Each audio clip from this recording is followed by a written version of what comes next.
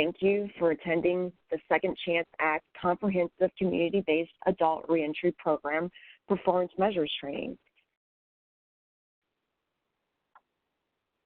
Today, I want to get you acquainted with the basics of the BJA performance measure reporting process, provide an overview of the structure and contents of the questions you will be answering in PMT, and give you some tips for handling common reporting challenges. Please keep in mind that there is a separate training covering PMT system navigation issues that was conducted in December 2019 and recorded for you to refer to later. This other training is directed towards grant programs in general using the PMT, not just this SCA program. It covers topics such as setting up your user account, generating reports, and an overview of how to navigate the PMT. Materials from this recorded webinar are available through the downloadable file feature of the web section. However, today's webinar is specific to this SCA program, their community-based SCA program. So the first section we'll be going through of the training will provide an overview of performance measures and the reporting process. So what exactly is the Performance Measurement Tool, or PMT? The Performance Measurement Tool is the online data collection tool for Office of Justice Program grant recipients. It is structured as an online questionnaire made up mostly of short answer questions, which grantees submit once a quarter throughout the life of their grant. Keep in mind, the Performance Measurement Tool, or PMT, is a separate system from the Grant Management System, or GMS, which you use to manage and report on any other aspects of your program. Twice a year, we require you to generate a report out of the PMT system that you will then upload into the GMS system. This allows the information you report into PMT to be accessible to all the grant program managers that work with you at BJA. At the bottom of the slide is a link to the PMT website, which you can explore once your login credentials are created. The important quarterly deadlines are highlighted in the lower left-hand corner: January 30, April 30, July 30, and October 30. The year is divided into 4 periods of activity. During the month after the end of the reporting period, the system will be open for you to submit your PMT data. After you submit your data, your answers will be locked, and you will need to contact the PMT help desk to help you unlock and edit reports as needed. However, the PMT is accessible year-round to review data. The second to left column shows the type of data you'll be reporting each reporting period. For every period, you'll report on performance measures which require you to answer short answer type questions. But for the reporting periods due January 30 and July 30, as well as at the end of your grant, we also ask you a few key open-ended narrative questions related to your progress towards your goals. Also, for these periods, you will need to generate a report of your PMT data and upload it into GMS. Here are links to the performance measures questionnaires, PDF documents which list every question you will encounter in the online PMT system. There are 2 links. The first one is to the main document. The second is for a supplemental section related to healthcare coverage that was developed later. On the right is a screenshot of the cover page for the main questionnaire. The title at the top may refer to the Adult Mentoring Program, which is outdated. Awards funded to community-based organizations before FY17 included a mentoring program, but starting in FY17, the use of mentors was de-emphasized. So please remember, also, it is easier to track data outside PMT on an ongoing basis and then add it all together when it is time to report in the PMT.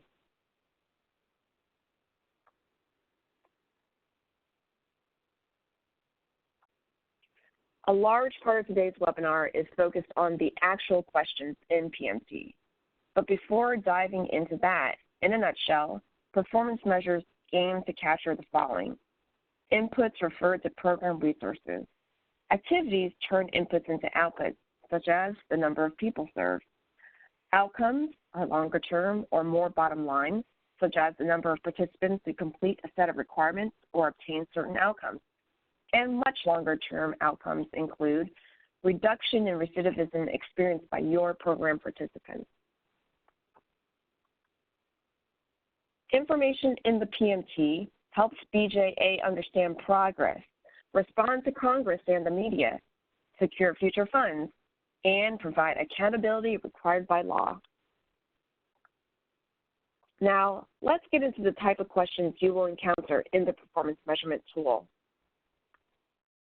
As mentioned earlier, most of the performance measure questions in the PMT are short answer.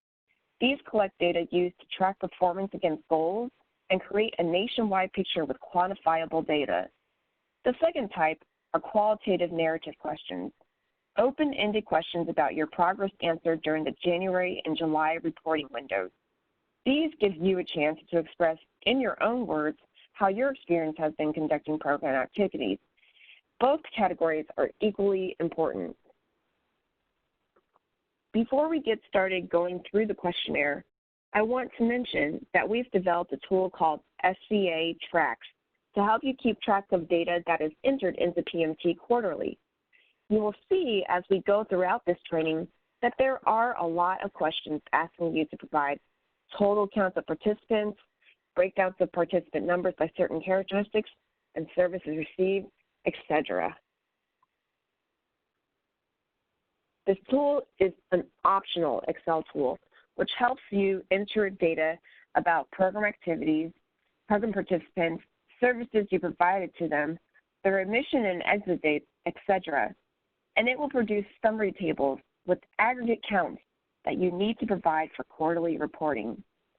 I won't go through this tool today, but it is available to you through the downloadable file feature of this WebEx session, which will be available later on, along with a PowerPoint user manual. This is an outline of the questionnaire sections. Many questions have to do with counting and describing participants you serve. If you do not focus on serving re-entering individuals or are still in the planning phase, many questions will not be relevant. We will go through a high-level overview in the next slide. I won't go through every detail, so please review the questionnaire.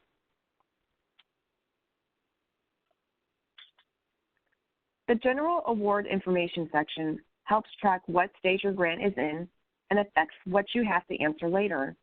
If you say yes to, is this your last reporting period? The system activates closeout questions that you only have to answer at the end of your grant. For, is your grantee operational? If you have not obligated, expended, or drawn funds, answer no to skip all questions, except for open-ended semi-annual narrative questions each January and July.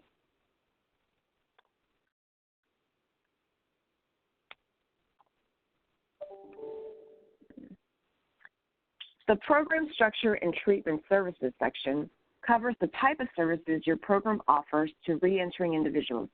It determines if PMT activates questions about these service types. Question 8 asks what services you provide.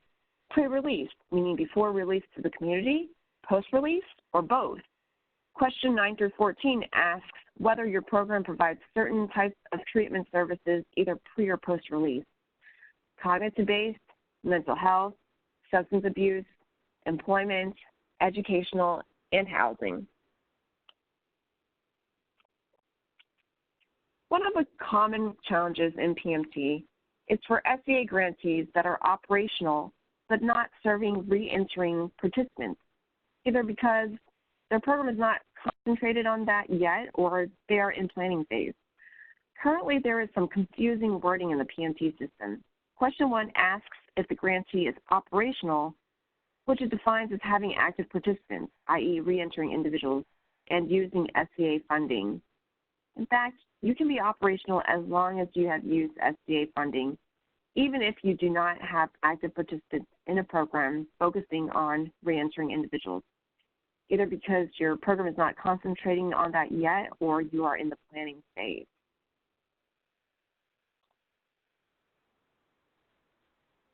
Unfortunately, if you tell PMT you are operational, it assumes you will report counts of participants, even if you are in the planning phase. So please go ahead and follow these tips, which give you some helpful hints for how to get through the system more expeditiously. It may require you to answer zeros for questions related to counting participants, but it will help get you through the system to where you need to get to. I won't go through these in detail now, since these steps will make more sense to you after we overview later questions.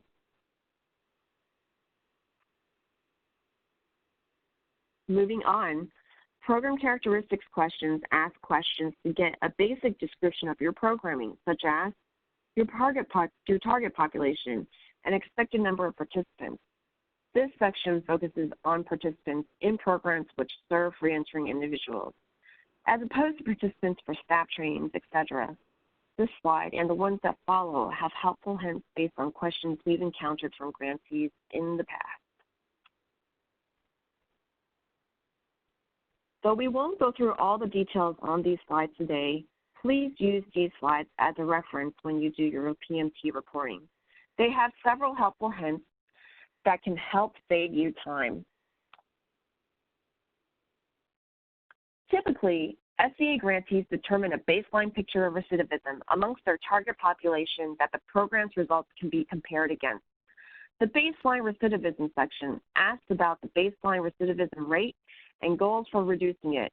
Calculating these can be tricky. You may need to consult TTA providers or research partners.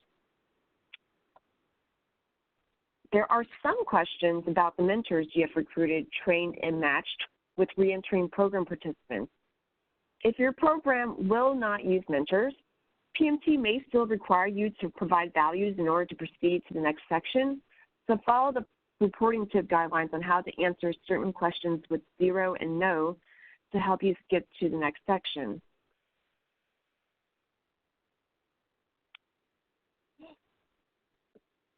The participant characteristics section helps us characterize the number of participants served. The number of people enrolled at any point in the reporting period indicates the size of your program during that period. The number of people newly admitted each period, when added across periods, gives cumulative numbers served since the beginning of the program. We are interested in knowing the number of people served in each phase, pre-release and post-release. So, if an individual progresses from pre to post-release, over time, they will end up being counted under both. Finally, for newly admitted pre-release participants, we asked for breakdowns related to their risk levels based on assessment results, how many received case plans, and demographics.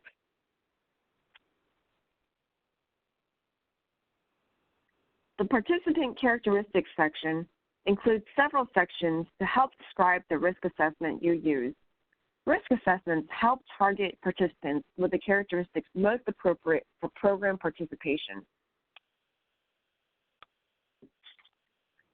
The next section describes and records participants who have either completed or left the program before completing it. Note, your organization might still be engaged in providing services to certain individuals, even if they are already successfully completed with their program requirements or have exited before completed them. In other words, they're unsuccessfully completed. Completion requirements vary by program and are thus defined by each program. These questions here prompt you to describe your requirements. You might still be engaged with and providing services to certain individuals, even if they have already completed or exited your specific SCA program. However, all programs should have specific requirements that, when met, give individuals a higher chance of success after reentry. When it comes time to tallying participants completed or exited, keep in mind each quarter you report just those who completed or exited that period, not cumulative numbers since the beginning of the program. Also, your program may have both pre- and post-release phases, with a cohesive set of requirements spanning both. Even so, when a participant goes from pre to post, count them as successfully completing pre-release. You will count them again when they complete or exit in post-release.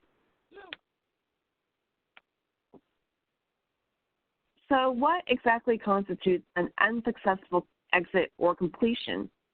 We actually list out some possible reasons listed here and ask you to tally the number of participants these apply to, including an other category if needed.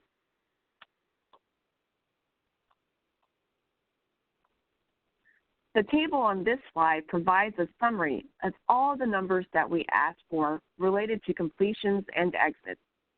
In addition to what we've already discussed, for post-release, we also asked for breakdowns related to outcomes obtained, specifically related to risk assessment levels, employment, and housing.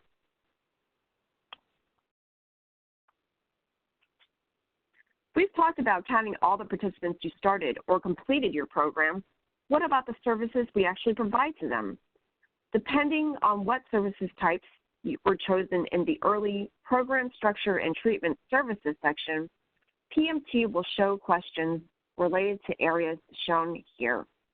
For each area, data requested is largely the same. Numbers of participants served directly by the program or grantee organization or referred elsewhere. For some service types, PMT asks about specific types of outcomes obtained. One of the last sections asks for counts of participants who are enrolled or found eligible for health care or Medicaid. Not all grantees will track this data, but report it here if you do.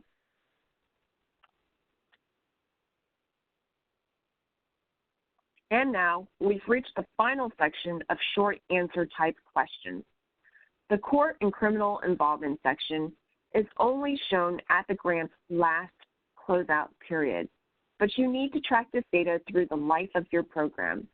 It asks for the total number of post-release participants who have had a court and/or criminal involvement event since the start of the SCA BJA-funded program. There are some other questions related to describing the source of this data, which you can review in the questionnaire. And finally, the semi-annual narrative questions ask you to describe progress towards goals, accomplishments, and challenges in the last 6 months, and your plans ahead for the next 6 months. Answers to narrative questions should be substantive, as they provide critical information to BJA program managers. This section has some highlights comment on the common reporting challenges and FAQs for various sections. To introduce this section, we'd like to share how BJA identifies these common challenges. Quarterly, we assess data accuracy and reach out to grantees with potential issues. Program grant managers conduct site visits where they may identify documentation to help verify PMT data entries.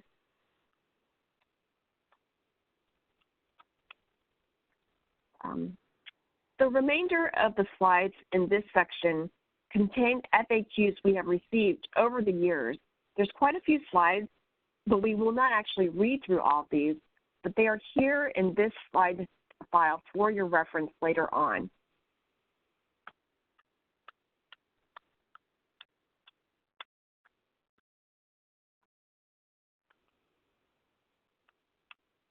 And with that, here's the BJA PMT Help Desk contact information. Our office hours are Monday through Friday, 8:30 a.m. to 5 p.m. Eastern Time, except U.S. federal holidays. We strive to return everybody's email and phone call within 24 hours, so please don't hesitate to leave a voicemail or email even after business hours. We'll leave the webinar open for about 5 to 10 minutes so you can download any handouts attached or use the Q&A box if you have any questions. We won't be able to respond to most of these live, but we will respond via email ASAP. A recording of today's training, and other user materials and resources will be posted online. On behalf of BJA and the PMT team, thank you for your time, dedication, and hard work. This concludes the presentation.